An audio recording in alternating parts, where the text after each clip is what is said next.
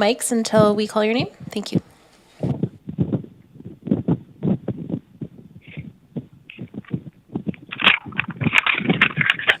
So, yeah, thank you. We do have that muted now. Good afternoon, everyone. Welcome to our regularly scheduled board meeting for Wednesday, May 10th, 2023. Before we begin, I'd like to recognize with gratitude that we're holding this meeting on the unceded territory of Cowichan tribes and that we work within the traditional unceded territories of the Coast Salish nations and Nuu-Chah-Nulth nations within the Cowichan region. I just want to reflect on that we've had some feedback from the nations within our region about our opening meeting acknowledgement, and we'll be working with the nations over the next number of weeks to refine that and better reflect their wishes moving forward. But the reason I didn't just blanketly refer to Coast Salish peoples today was based on feedback we would received from the nations. So thank you for that. As we begin our meeting today, before we go to the approval of the agenda, we will be amending the agenda this afternoon. We will be bringing forward number 8, which is information with a rise with report, and putting that in the information section. So we'll be moving number 8 to between number 3 and 4, and that'll give us the opportunity to rise with report on a closed session resolution from this morning. So with that, any other changes to the agenda, Ms. Ferguson? Thank you, Mr. Chair. No other changes to the agenda today. So I'll look for a motion to approve the agenda. Moved by Director Morrison, seconded by Director Toporowski. All those in favor? Any opposed? None opposed. Motion carries. Ms. Ferguson. Thank you, Mr. Chair. Next on the agenda is adoption of the minutes, and we have your regular board meeting minutes of April 26, 2023 to be adopted. Thank you. If there are no errors or omissions, a motion to adopt the minutes. Moved by Director Toporowski, seconded by Director Justice. All those in favor? Any opposed? None opposed. Motion carries. Ms. Ferguson. Thank you, Mr. Chair. Next on the agenda is the special board meeting minutes of April 26, 2023 to be adopted. Same, no errors or omissions. A motion to adopt those minutes. Moved by Director Toporowski, seconded by Director Manhas. Any discussion? Seeing none. All those in favor? Any opposed? None opposed. Motion carries. No business arising from the minutes, Ms. Ferguson? No business arising from the minutes, and then we just have your information item. Thank you. And good afternoon. It's already been a long day. It could say good evening, but it's good afternoon. As noted, we have brought forward a rise with report after consideration and receiving advice, legal advice this morning. The board has decided to proceed, and I'll share the resolution with you now. I'd like to note that in the spirit of procedural fairness, the board has decided to proceed in the following matter regarding the application for rezoning of the Schnitzer site. The motion is as follows: that a public information meeting regarding application number 03H16RS be held in June 2023 in accordance with CVRD Development Application Procedures Bylaw 2022, given that the applicants have agreed to the registration form of the proposed covenant attached to the staff report to the Electoral Area Services Committee on May 3rd, 2023. That the residents of Electoral Area H be notified of the public information meeting via Canada Post direct mail and notices in the Ladysmith Chronicle, Take 5, and Nanaimo News Bulletin. That CVRD staff provide the Electoral Area Services Committee with a report summarizing the questions and comments recorded at the public information meeting and complete documentation regarding the application. That is the resolution.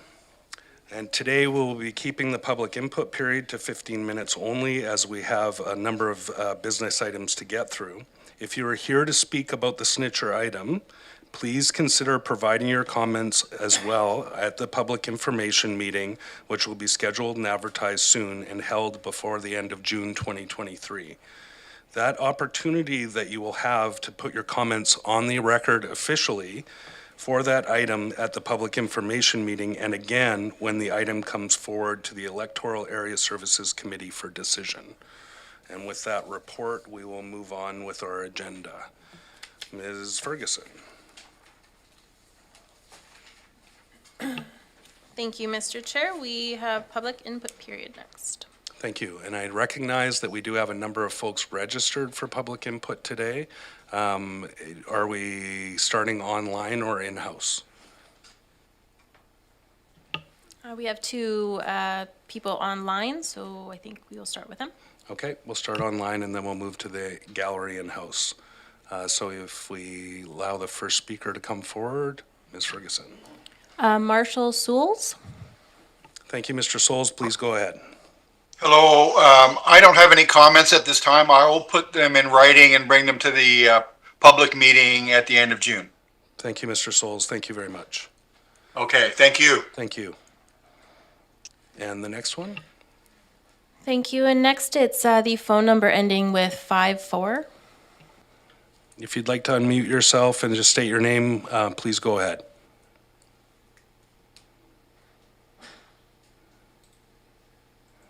The telephone attendee, I'm not sure the number to unmute yourself.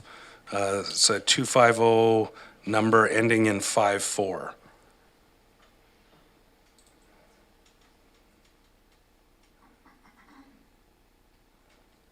Okay, so we'll leave those folks on there. I'll come back to them, but we'll move to the gallery first. Yeah, or they can hang up and call. Oh, no, there we go. You're unmuted. Please go ahead. Yeah, it took a minute. It's Cindy Haddle calling in. Okay, thank you. And Just it's speak as loudly and clearly as you can. We can hear you, but not very well. Yeah, the reception's not great. I'm speaking to bylaw number 4479. Is that being addressed right now, or? This is public input, so anything on the agenda. So 4479 Okay. is on the agenda. Thank you. Yeah. So I wrote a letter in regarding this application, and I was told that I should read that letter out. Have you already read it, or do I need to read it out? If you'd like to read it out, that's fine. Please go ahead. Okay, hang on.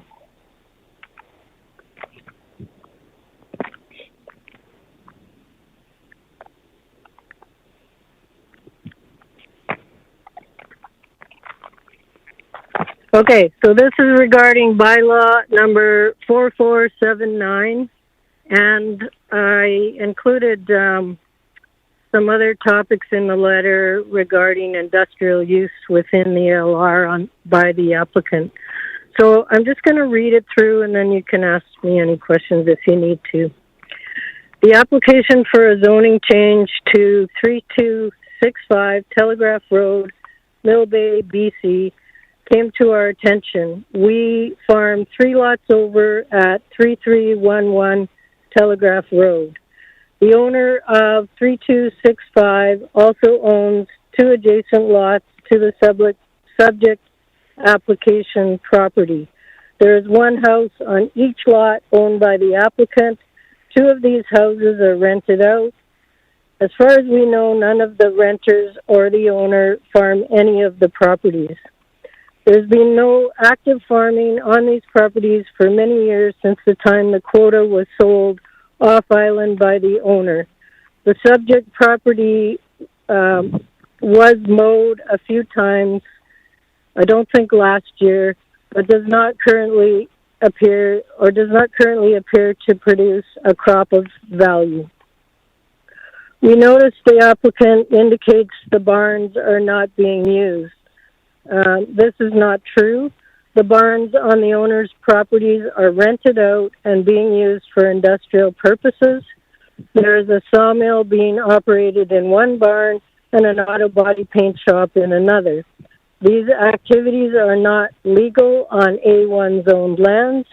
We reported this to CVRD bylaw officers on 3 occasions. However, no action was ever taken, and these same activities continue to date. That was in 2018 that we first reported that. We were discouraged by this lack of action and gave up on reporting the issue until just when this application came up and we noticed that it wasn't entirely accurate. Our own farm is affected by the industrial use. We have an orchard, and our crop is covered in sawdust from the sawmill activities each harvest season. In addition, the toxic chemicals released directly into the air from the paint shop and auto body shop, usually airborne acetone and paint fumes, regularly come onto our property, burning our noses and lungs when we're outside working. We object to the application for A2 zoning as it will lead to reduced agriculture land available for farming and increased density of housing on a small agriculture parcel. The applicant indicates in their background information that they might farm it someday and that this may require farmhands. It would be better to see the land being actively and intensively farmed first. The proposed vegetable farm... Thank you. Your time has expired. Are you almost done? Yep, just about. Okay, just finish up. The proposed vegetable farm... a vegetable farm this size does not normally require farmhands, except perhaps on a part-time basis. A proposed berry and vegetable field is only 1 acre in size, and the production capability of such a small farm, such a small area, would not support even one family, let alone, hired people. The applicant already has Thank you. two I'm sorry. houses.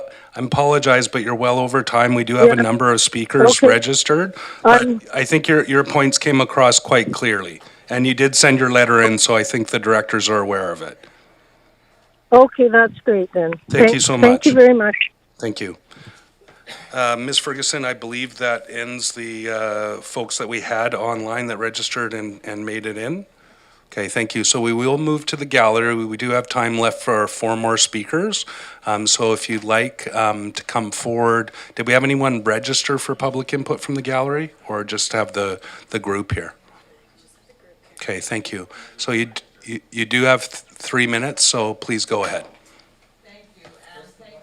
Whoops, press the button. Yeah, turn on the timer, please. Here, there. Yeah. There we are. Great, thank you. You for having us, and hello, my name is June Ross, and I'm chairperson of Vancouver Island Water Watch, and I'm here speaking against the letter that you have read out earlier, the motion that you read out earlier, the rezoning and the covenant. The covenant is so poorly written, no wonder they've signed it, is all I can say. This is about water. It's about citizens' water. It's about water for the farmlands. It's about water for the businesses. It's absolutely unacceptable. I gave you a package, and on page 2, I had contact from a young woman yesterday that lives very, very close to Schnitzer, and they just dug a well. And what you have on the second page is all the results of that test, and I want you to pay attention to it. It's a big, big story. Chromium, 0.194, and the maximum is 0.50, 0.050. That's almost 4 times it exceeds. Often from industrial discharge. Large amounts are harmful to the stomach and the liver. Lead water, again, 3 times over. Lead is toxic and accumulates in body tissues. Magnesium, that's not supposed to exceed 50.0, and it's 58. You then go down to all the rest of them there. They're all there, and I ask you to take the time to have a look at them. I have included their water test as well. It's on the next page over, on the 3rd page. And behind that is the map of where Schnitzer is. The yellow X is where they drilled this well. The blue X is where they're going to try again, and I say good luck as long as Schnitzer is left sitting there. You guys need to move them. They've got to move off of that piece of property, go out to Duke Point where it's zoned industrial and where they are not on top of our water sources. Thank you. Thank you.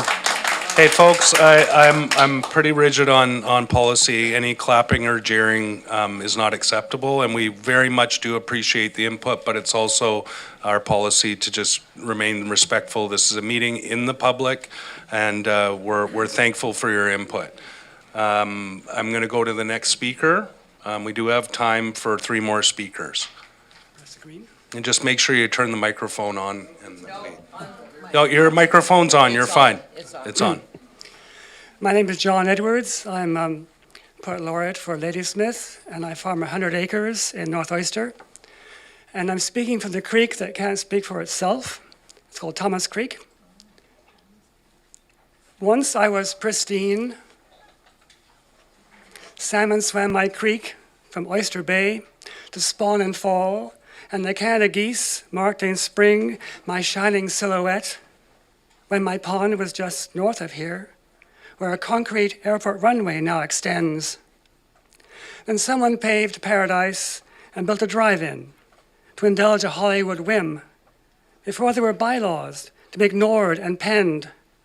And now instead of films of steel skeletons and rusted rims, there's a pyramid worthy of an Egyptian's tomb and tires that smoke in summer sun to complement Dunsmuir's coal and copper waste that yet stains my beach at the harbor's edge. And just here, where Cedar Road crosses my soul, out of sight and sound of your automobile, except for a persistent tarmac hole that betrays my presence below, someone set up a helpless sign, groundwater protection zone. But no one now will drink my tears, or swim my desiccated stream to spawn, or listen at dusk to my fading song, as I remember all of the 9,000 years since the last blue glacier flowed. For here, before you came, I've been that long. You say your money always counts for more than me, but unless you learn my true worth to see, I tell you, one day, soon, neither of us will be. Neither of us will any longer be. Thank you, Mr. Edwards. We do have time for 2, maybe 3 more speakers, so please. Mr. Fall, you'll be next. And just Hello. make sure the mic, oh, you're good. All right, Thank you. Okay. Hello, my name is Jill Edwards, and I live on Dual Road at Quinsotica Farms. I wish to convey my thoughts on the idea of granting Snetzer Sneal a covenant to expand. I am a resident of Area H, and yes, we access water from the Cassidy Aquifer for our drinking water.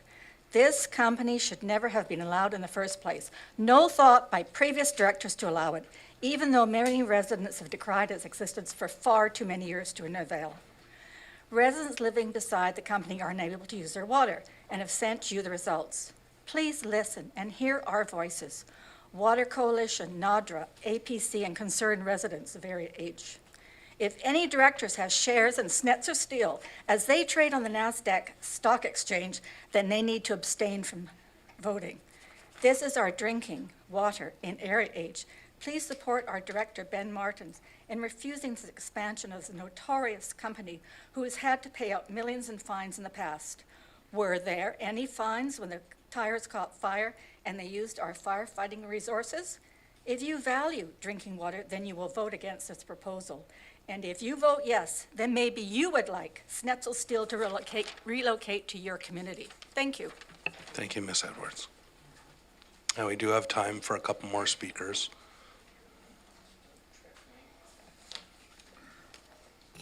Welcome, Mr. Fall.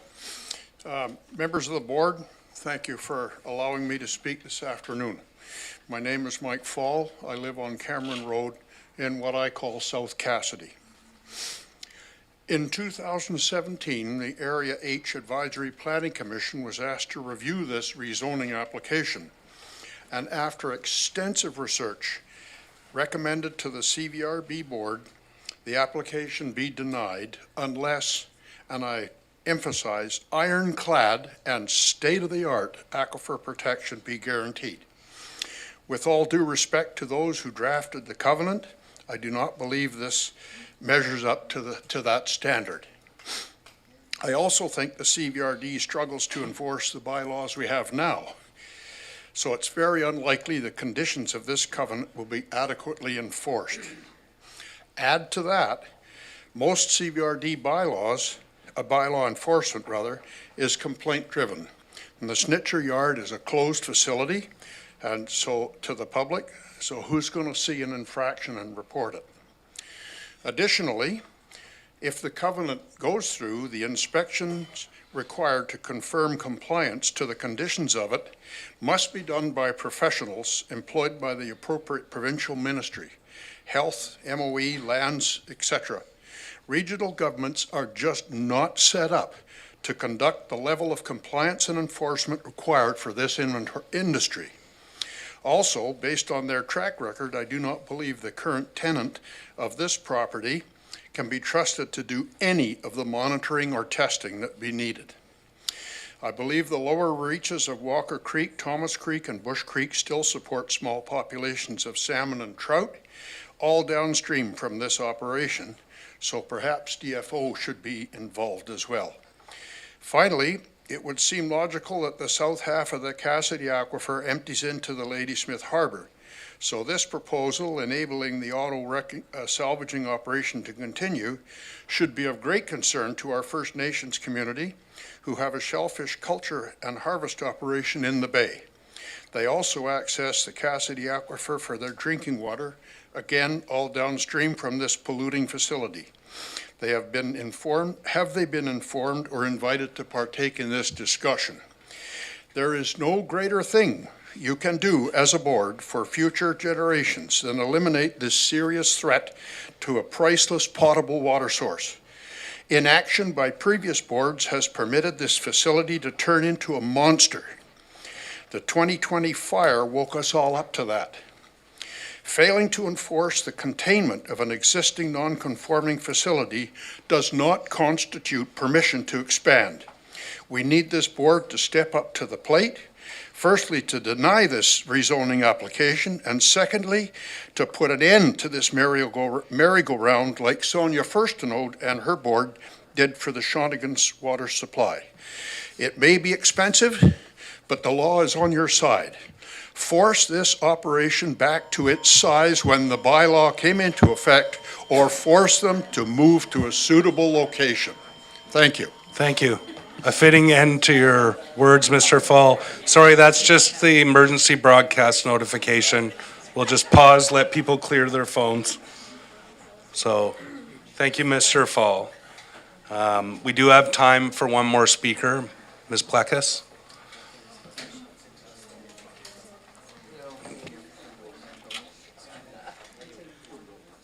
Hi, ma'am. Thank you to the board.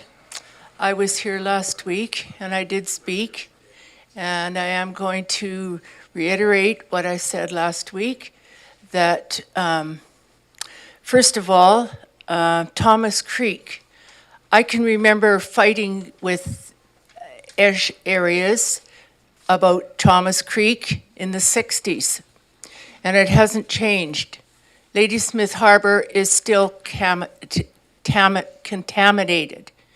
Nothing seems to happen. Regional board doesn't seem to do anything about it because the Area H comes into that area.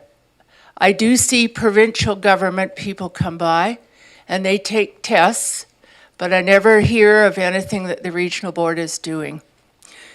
Carrying on from last week, I had hoped that with all the people that spoke last week and gave their opinion about Snitzer, that the board would have had the time and had to think about their own thoughts about this situation.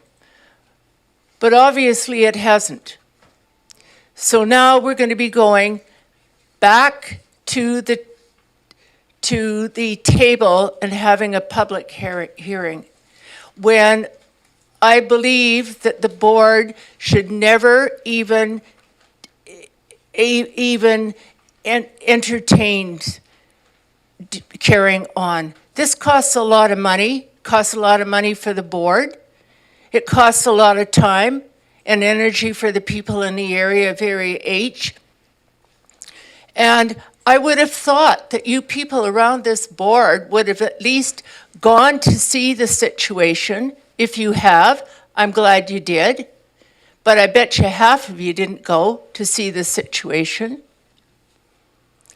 So what is going to happen when we go to this public hearing and you're going to hear the same things over and over and over again, that the CVRD should not have allowed this to happen? I hope that if we go, pardon me, to a public hearing, that you will listen this time from the public and do what you should have done a long time ago. I don't mean you people of this board, but this has been going on for years and years and years. So, in my opinion, I think the board should have done something about this a long time ago, instead of letting it go on and on, because my opinion is that the board is afraid to stand up to Snitzer. Thank you. Thanks, Ms. Plekas. So we have come to the conclusion of our public input session. I'm going to just make an unusual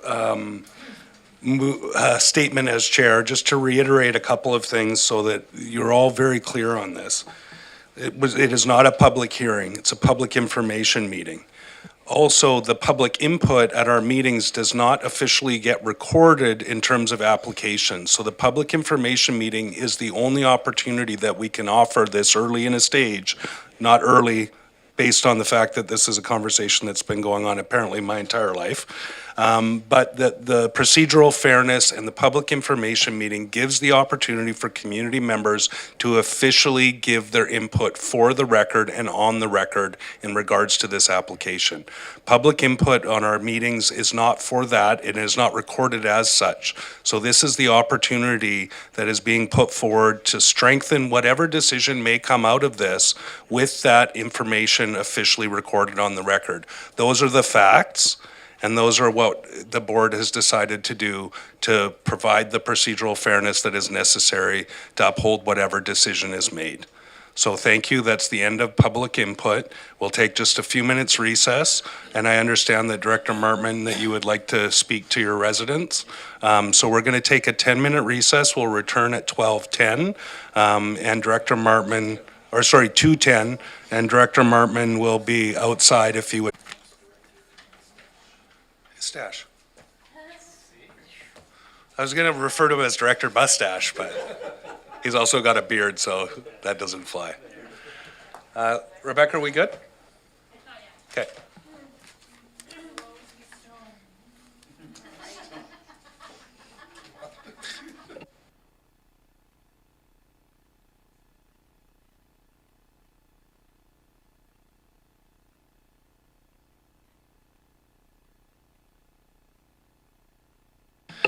All right, good afternoon, everyone. We're back. Thank you all for your patience. We'll get back with our regularly scheduled agenda. Ms. Ferguson, I do believe we're on committee and commission reports. That is correct, Mr. Chair. We are on CR1, and that's a report and recommendations from the Electoral Area Services Committee meeting of May 3rd, 2023. Through to Director Nicholson. Thank you. Your committee recommends 1 through, in a block, 1 through 5. Yes, thank you. And I move those.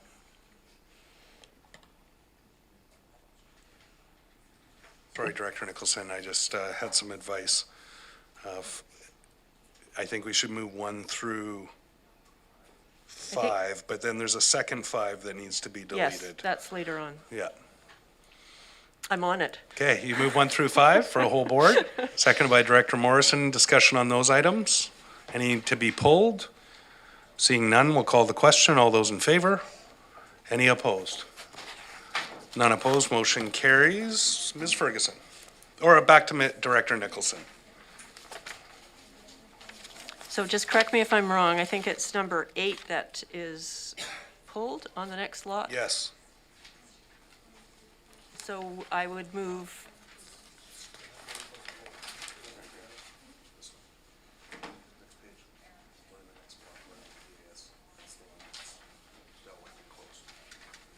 Yes.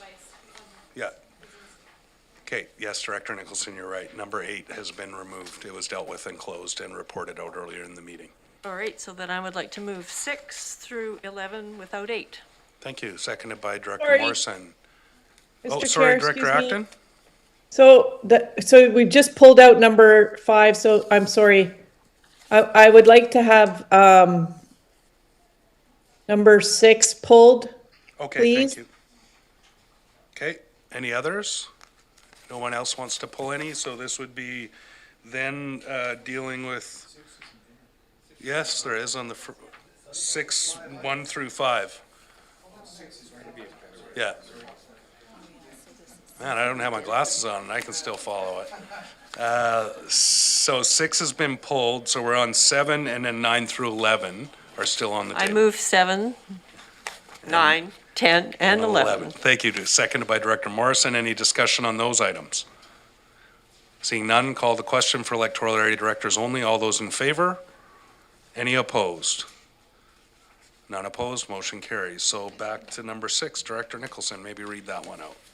Okay, this is number 6, that special focus group meetings requested by electoral area directors be accommodated subject to available staff resources, available funds in function 250, community information to offset meeting and related expenses, that attendance at special focus group meetings be limited to 15 people for electoral area meetings and 50 people for a meeting of all electoral areas, that the number of special focus group meetings be limited to 1 per electoral area and 1 for all electoral areas per annum, unless the board authorizes that this number be exceeded by a minimum 2/3 vote of electoral area directors, and that September 30th, 2023 be set as the time limit for unexpended funds to revert back into the Function 250 Community Information Budget.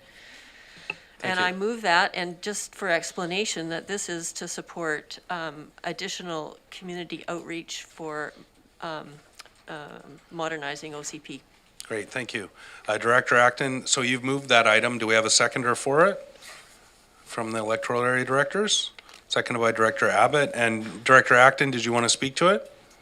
Sure, thank you so much. I guess, well, I can't support the number 5 part. The Function 250 community information is to support area directors with doing our role and communicating out to the community. So ironically, we have seen some auditor reports today, and this is not what the function was set up for. We have a land use services function that pays for these types of items. And I guess I'm also curious, so there's my comment, but I have a question. If this is a budget item, then why is number 5 not full board vote? Through to staff. I think Ms. Weiner is saying number 5 would be a full board vote if it is a budgetary consideration. Unless there's another member of staff with a different perspective. Ms. Weiner.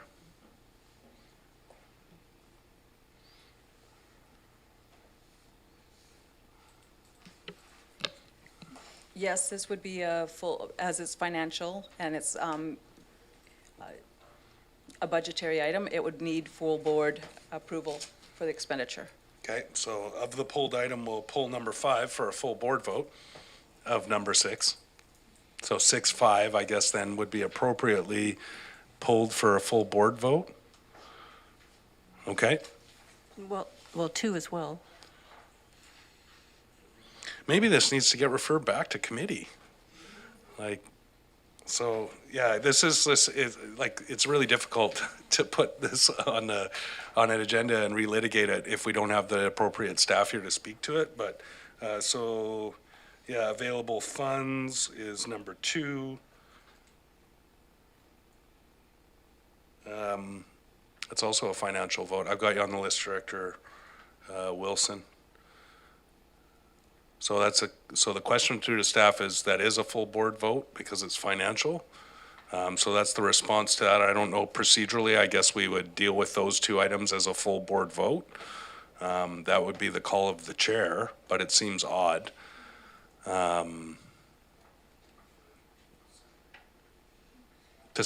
We'd separate them out, like 2 and 5. It doesn't make any sense to do that. No. So we should do it all as one thing with the full board. I guess if the whole recommendation includes financial matters, then the whole recommendation becomes a full board vote. Okay, well, without any other disagreement, that's the ruling of the chair. You can challenge the chair if you want.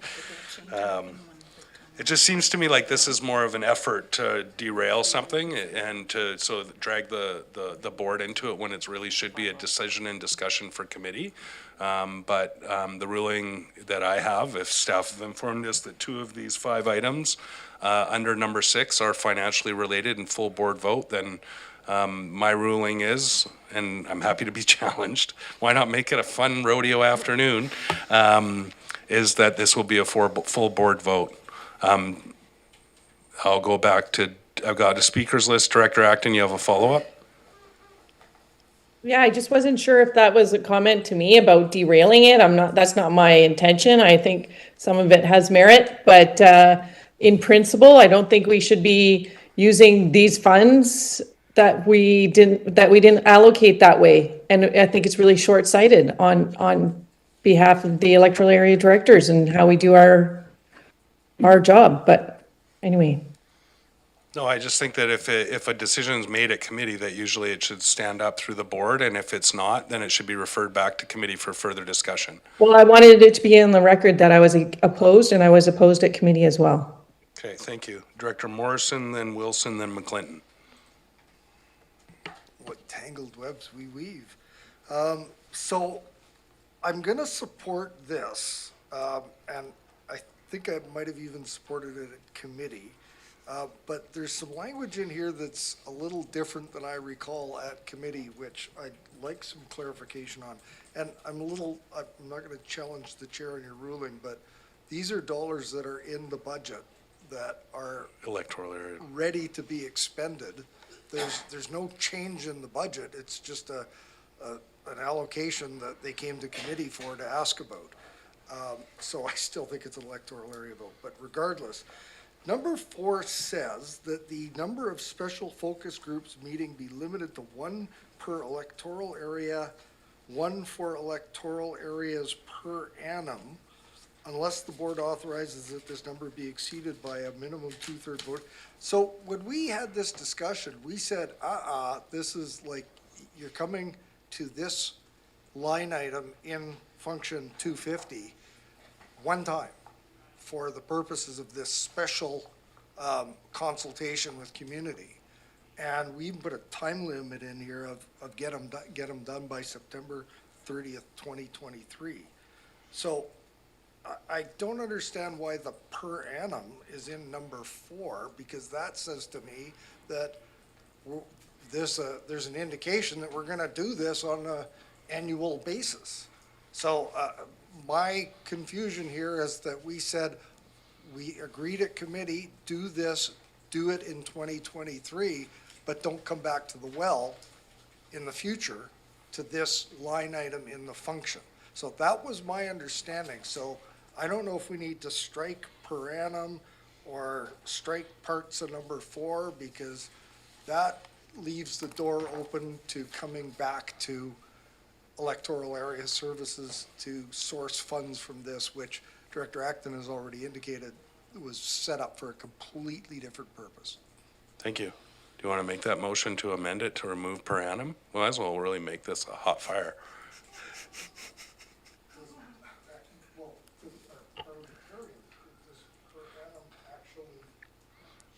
does per annum actually do it? Like, I If think, it's a one-time thing, I see what you're saying, it doesn't make sense, and if you remove per annum, it actually is more clear, to me. well, do you still need the part about the votes and the 2/3 and all of that stuff in there if you strike per annum? So let's try that. Let's stop at, for one per electoral areas, period, and strike the rest, and I move that amendment. So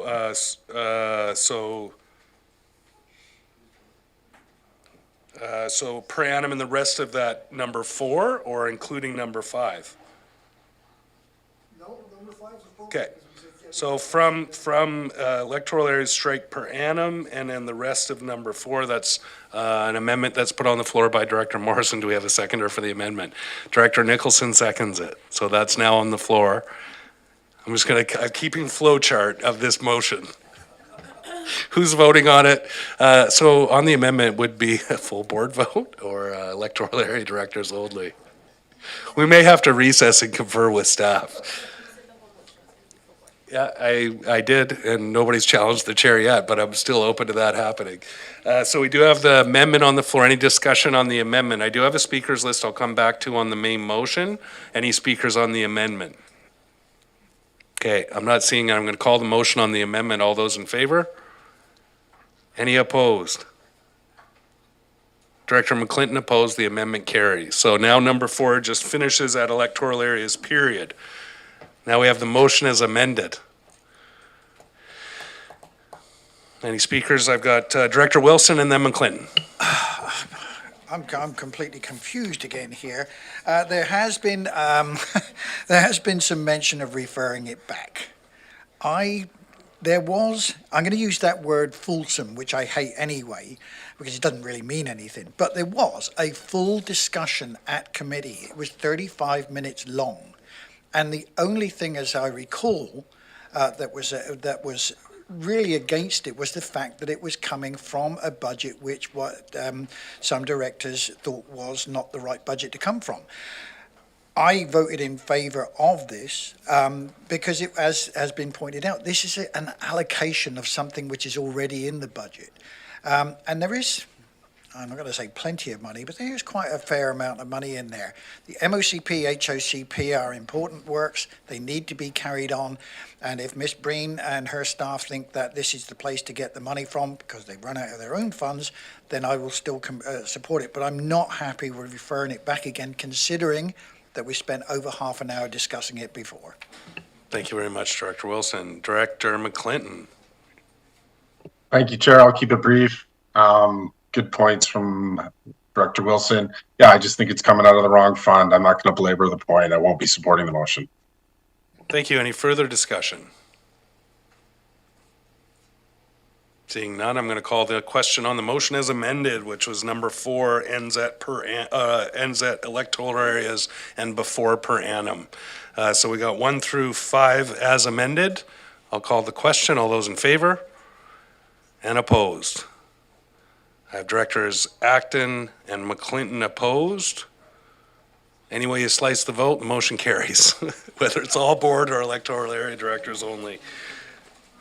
Director Nicholson, I think, does that conclude your report? That concludes my report. All right, we're moving right along. Ms. Ferguson. Thank you, Mr. Chair. CR2 is a report and recommendations from the Cowichan Lake Recreation Commission meeting of May 8th, 2023. And there are 3 recommendations. Thank you. Director McGonigal. Mr. Chair, I would like to declare a conflict of interest as I am the vice chair of the funding organization. Thank you, and we'll just wait for you to step out. Man, how do you think I feel? I'm sitting in a board meeting, somehow I feel like I'm losing weight over here. And I'm not wearing my 1980s tinfoil suit either. You kids nowadays.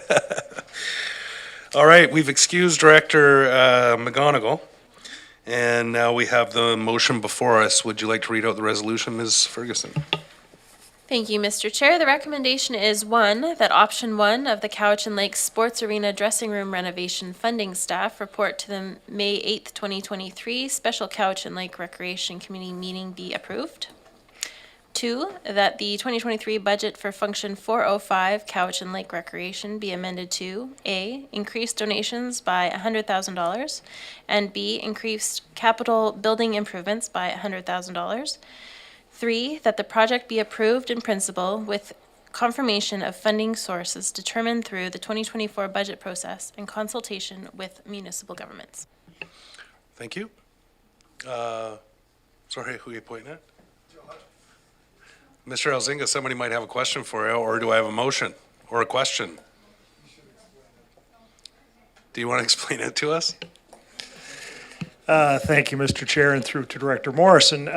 So the Cowichan Lake Recreation Commission received an offer of $100,000 in funding from the Cowichan Lake Forest Co-op for dressing room improvements, contingent upon the fact that Cowichan Lake Recreation would undertake some ventilation requirements and remove the existing cabinetry. And so your commission has approved that. Obviously, you have the 2023 budget approved. The language around 2024 and consultation is around the regional recreation portion of that. So what we're looking for today is for you to accept a $100,000 donation for flooring improvements, cabinetry improvements that will be funded in 2023.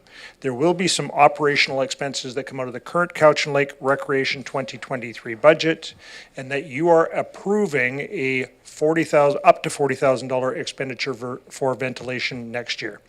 That's one of the conditions of the donation. Thank you, Mr. Elzinga. If that's not clear, he's still here to respond to questions.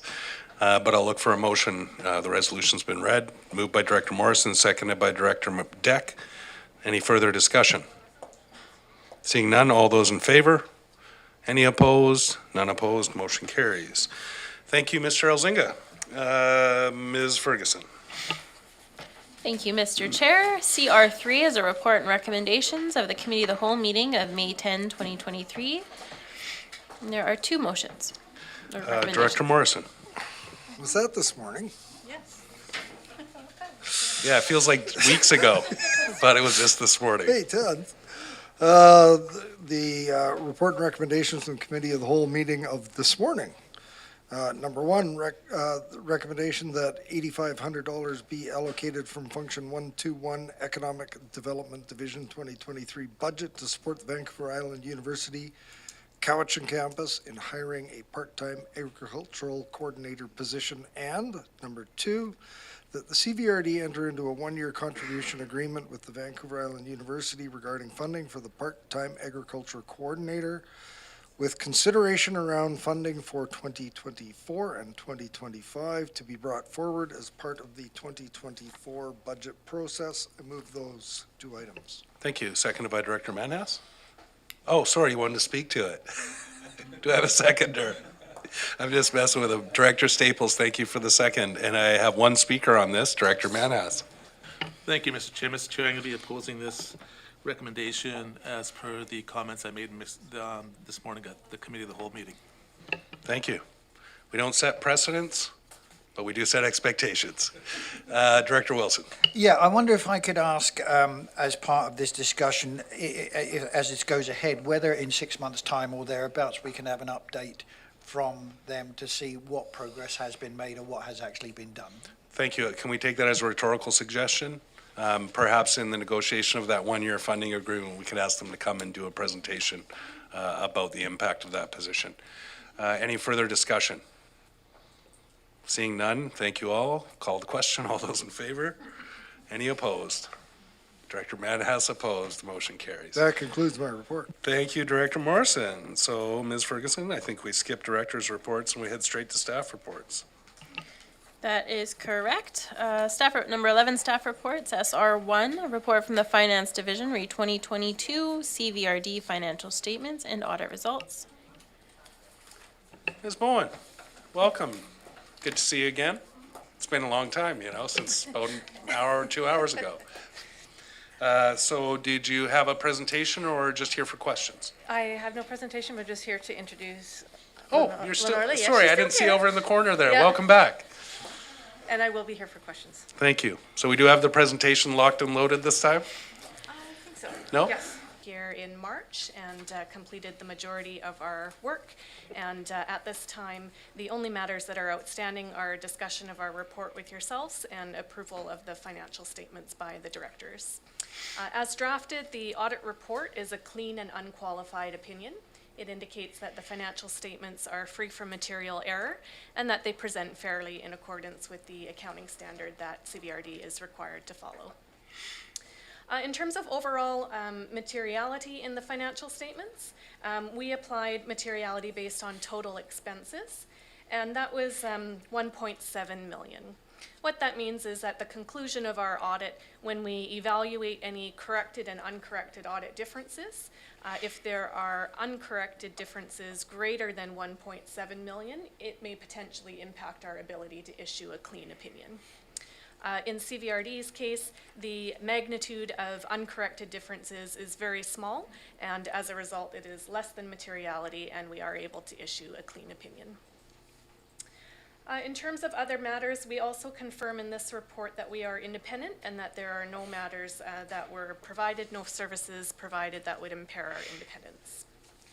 In terms of a couple of the highlights of the areas of focus in the audit, we are required to address the risk of management override of controls, and that exists in all audits, regardless of size, industry, risk.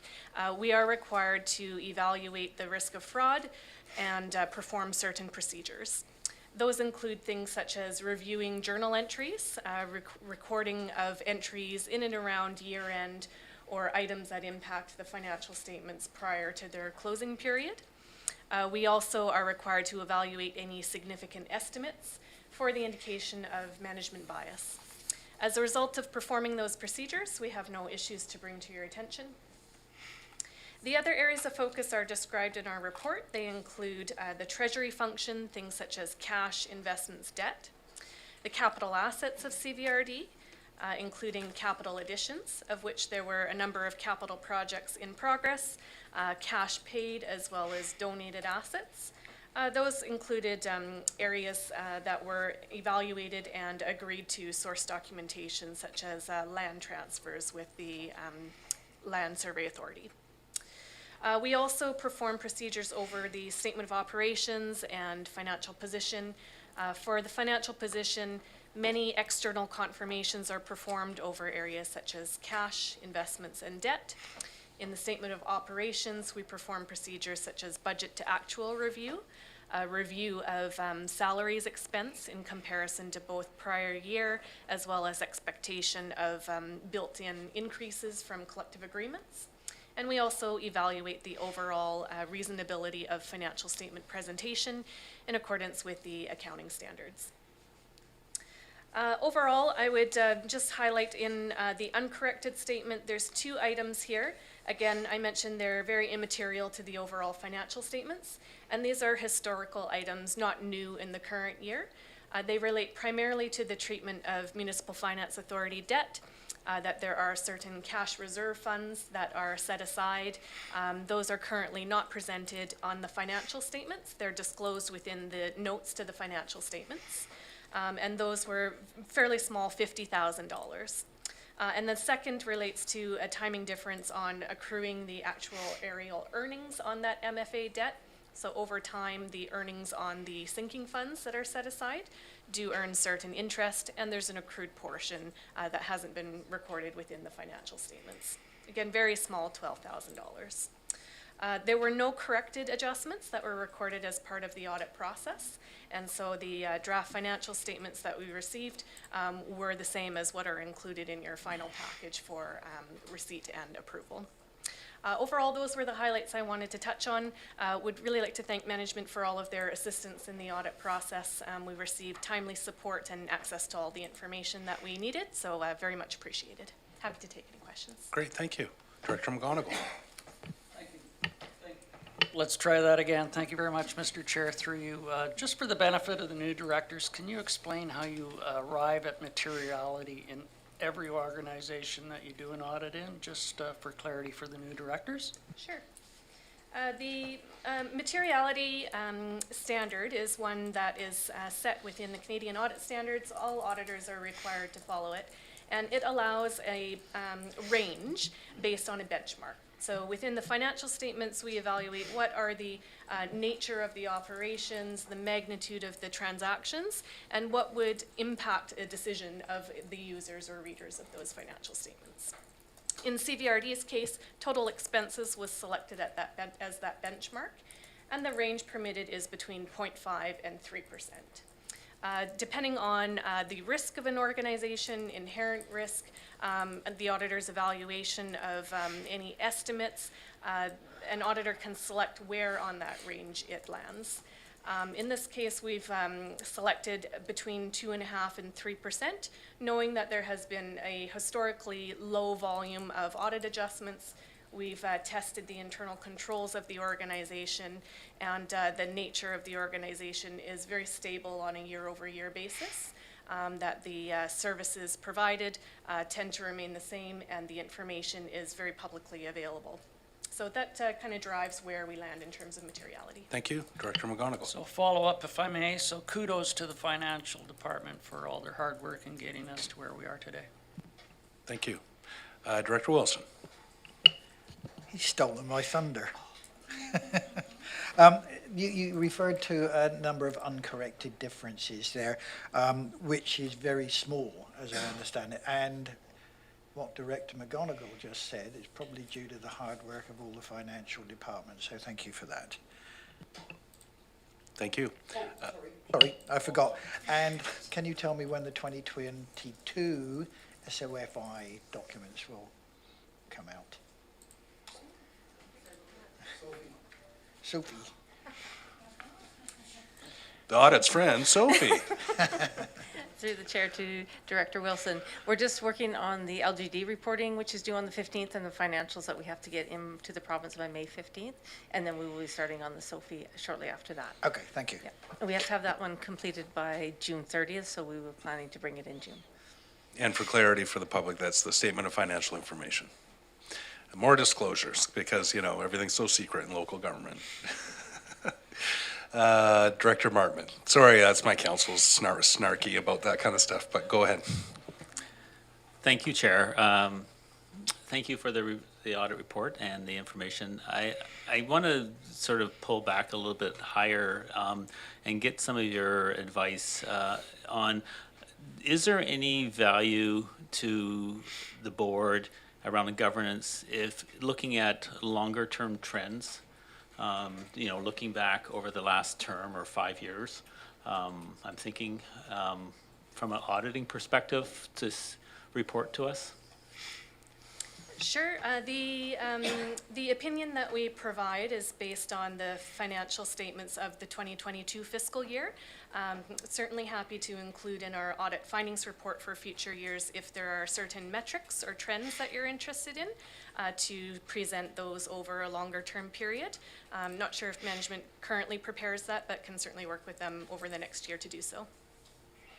Thank you, and I'm just sort of planting a seed for perhaps the future. Oh, sorry. Thank you. Yes, a follow-up, if I may.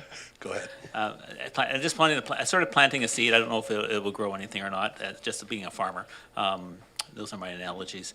The second question is around KMPG, and you know the advice around accountants on staying with the same firm over and over and over again for doing audits. Is there a rule that's sort of followed about when it's best practice to change accounting firms? Sure. Accounting firms are regulated, and so the current regulation is that for listed entities or public entities, there is mandatory partner rotation after 7 years. So outside of that requirement, there's currently no other required rotation, and so that would be more so a discussion within organizations and policy put forward there. Thank you, Director Justice. Thank you, Mr. Chair. I'll try and replant a seed that I think Director Martman tried to plant earlier, but didn't make it into the earth. So as mentioned earlier today, related to the hospital board, in the appendices, there's a bunch of material on ESGs, and I think you mentioned that had something to do with likely future trends in auditing, and I was just wondering whether an audit focus on ESGs would be something that would be an appropriate option for the CVRD, depending on our strategic direction. Sure. Currently, the legislation only requires an annual audit on the financial statements. If in the future there are ESG metrics and reporting that the board would like assurance over, those standards are currently under development and would form the framework of how they could be audited and the opinion that could be provided on them. So certainly those standards are under development now, and certainly a very strong area of interest by many stakeholders, that a lot of feedback is being provided, and that momentum's quite quick on that standards board. Thank you.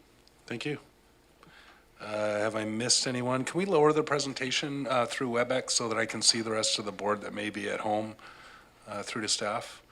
Any further questions or looking for a motion? The recommendation's been moved by Director Manhas, seconded by Director Nicholson. Any further discussion? Seeing none, all those in favor? Any opposed? Thank you very much to the audit team and yourself. Thank you to our finance staff. I think it's been said enough, but I'll say it again. You all do good work, especially as we've been short-staffed over the last year or so. So thank you for all the work to get us to another clean audit opinion. All right, that means we're moving right along. Ms. Ferguson. Thank you, Mr. Chair. We have bylaws, electoral area directors only. BEA 1 is that CVRD bylaw number 4429, electoral areas official community plan amendment bylaw, Laketown Ranch, Teleglobe, 2022 be adopted. And I've been looking for a mover and a seconder, and then I'll call the question. Moved by Director Morrison, seconded by Director Wilson. Any discussion? Seeing none. Oh, Director Deck. I hold my colleagues' opinions in high regard, and the work of the staff also in high regard. My commitment to finding local solutions to the climate emergency drove my opposition to this development, and so I cannot support. Thank you. Thank you, Director Deck. Any other discussion before I call the question? Again, this is for electoral area directors only. All those in favor? And opposed? Directors Deck and Nicholson opposed. The motion carries. Ms. Ferguson.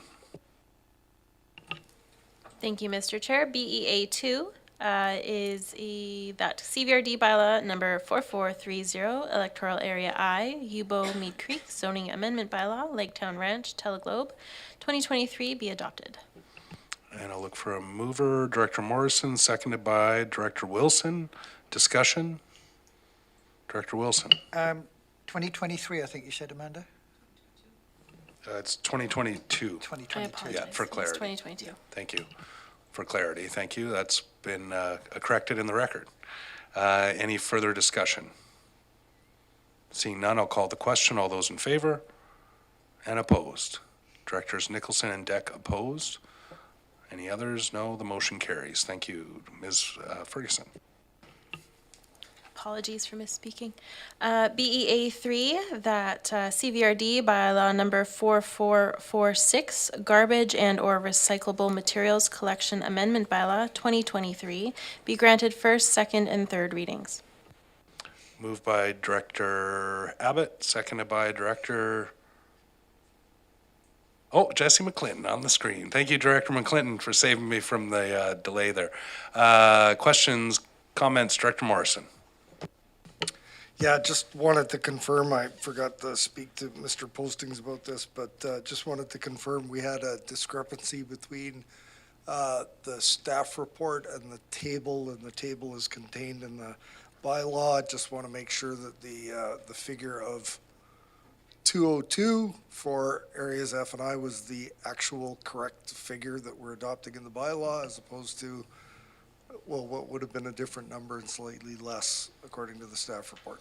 So just for clarity, the bylaw we adopt, is that the correct number? Mr. Postings is saying yes, in the bylaw is correct. Thank you very much. Any further discussion? Seeing none, all those in favor? Any opposed? None opposed, motion carries. Okay, Ms. Ferguson. BAE A3, and we're doing adoption of the same bylaw, but CVRD bylaw number 4446, garbage and or recyclable materials collection amendment bylaw 2023 be adopted. Moved by Director Abbott, seconded by Director Nicholson. Any further discussion? Seeing none, all those in favor? Any opposed? None opposed, motion carries. Time out. Sure, we'll just take a 7-minute recess. We'll be back at 2:55. Thank you.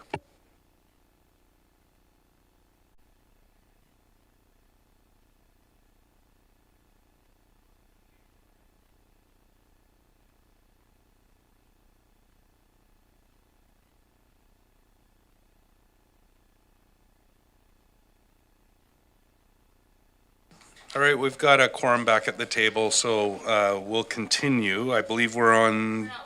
Oh, sorry, hamsters are still warming up.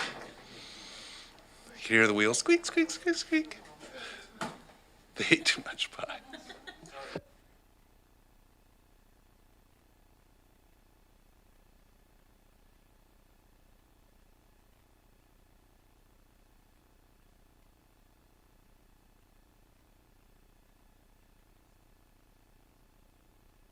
All right, we're back. Good afternoon, and thank you for sticking with us.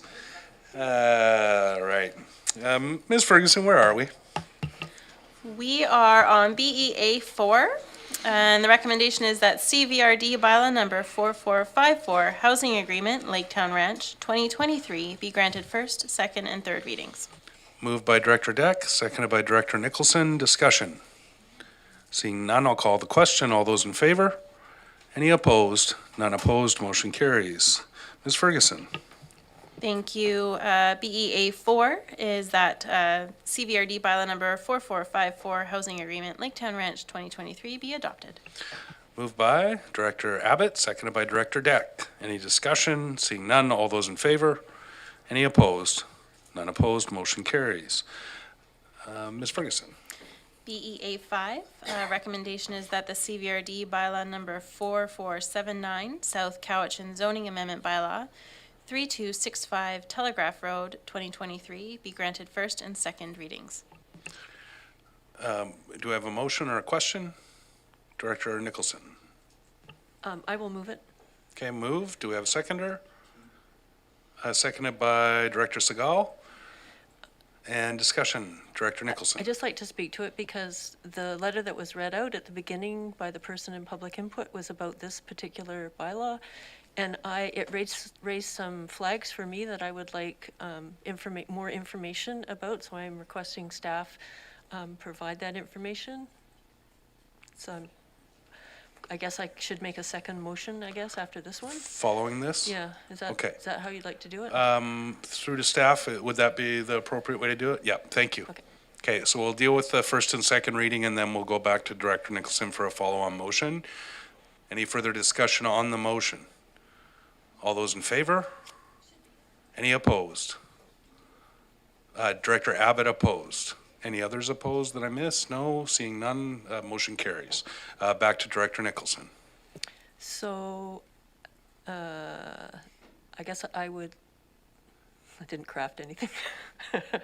I would move that staff review the letter that was read out in public input period today and was apparently sent to us, which I haven't got, so I don't have it, and report back on outstanding issues in the letter that were raised. To Electoral Area Services Committee? Services Committee. Okay, that motion's been made. Do we have a seconder? Director Wilson. Any discussion on the motion? Director Wilson. Yeah, the letter that you referred to has just come through on the email now. Okay. So there is a copy there, and I would like to see some more information as well. Thank you. Great, thank you. Any further discussion for electoral? Director Morrison. More of a process question. So we've granted first and second reading. The motion, I think, is for it to go back to EASC for additional information, but this is now in the hands of the board and we're moving forward with the next steps in the process. So I'm more inclined to have outstanding issues be brought forward for consideration prior to, are we going to public hearing at this point? So So, my yeah, my it's, guess, yeah, and I hear what you're saying. My guess would be if the information received materially changes, that it would be referred back for revised first and second reading or a different decision, but Ms. Trolf. Mr. Chair, through you to the electoral area directors, for this proposed bylaw, the board decided not to hold a public hearing, and so notice now under the legislation is required to be sent prior to consideration of first reading as opposed to after, and that's why we've received some comments prior to the consideration of first and second reading. But if requested and the board passes such a resolution, staff would report back to electoral area services with any material information in relation to the bylaw. And further to that, because we're not in a situation where we're dealing with post-public hearing rules, prior to consideration of third reading, if there are issues that arise, we can bring those forward as well. So you could do an amended do first and that second actually. reading if there was any material change. Exactly. Yeah. Okay, so we're back on the motion. This is to get that information back to EASC. Any further discussion? Seeing none, all those in favor? Any opposed? None opposed, motion carries. Ms. Ferguson.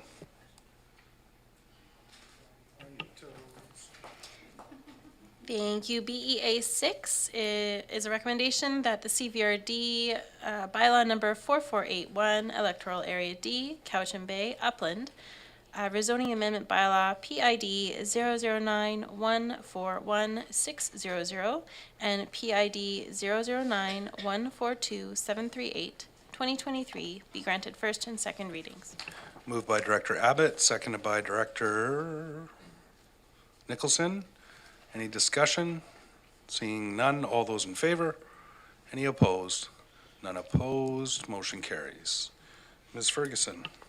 BEA 7, that CVRD bylaw number 4486, Electoral Area A, Mill Bay Malahat, and Electoral Area C, Cobble Hill, South Cowichan zoning amendment bylaw, Suites Amendment, 2023, be granted first and second readings. Thank you. Moved by Director Wilson, seconded by Director Segal. Any discussion? Seeing none, all those in favor? Any opposed? None opposed, motion carries. All right, so I believe that takes us to question period. Thank you for all your patience. If you'd like to ask a question through the chair, please step to the mic, and I'm happy to take your questions. No, Mr. O'Riordan, you can't ask questions. You're on staff. Seeing none, I believe that takes us to a motion to go into closed session. Can you tell me the sections under which we'll go into closed? Okay, so we will close under sections 91E, 91I, and 91K. Okay, motion to go into closed, moved by Director Justice, seconded by Director Morrison. All those in favor? Any opposed? None opposed. We are closed. Thank you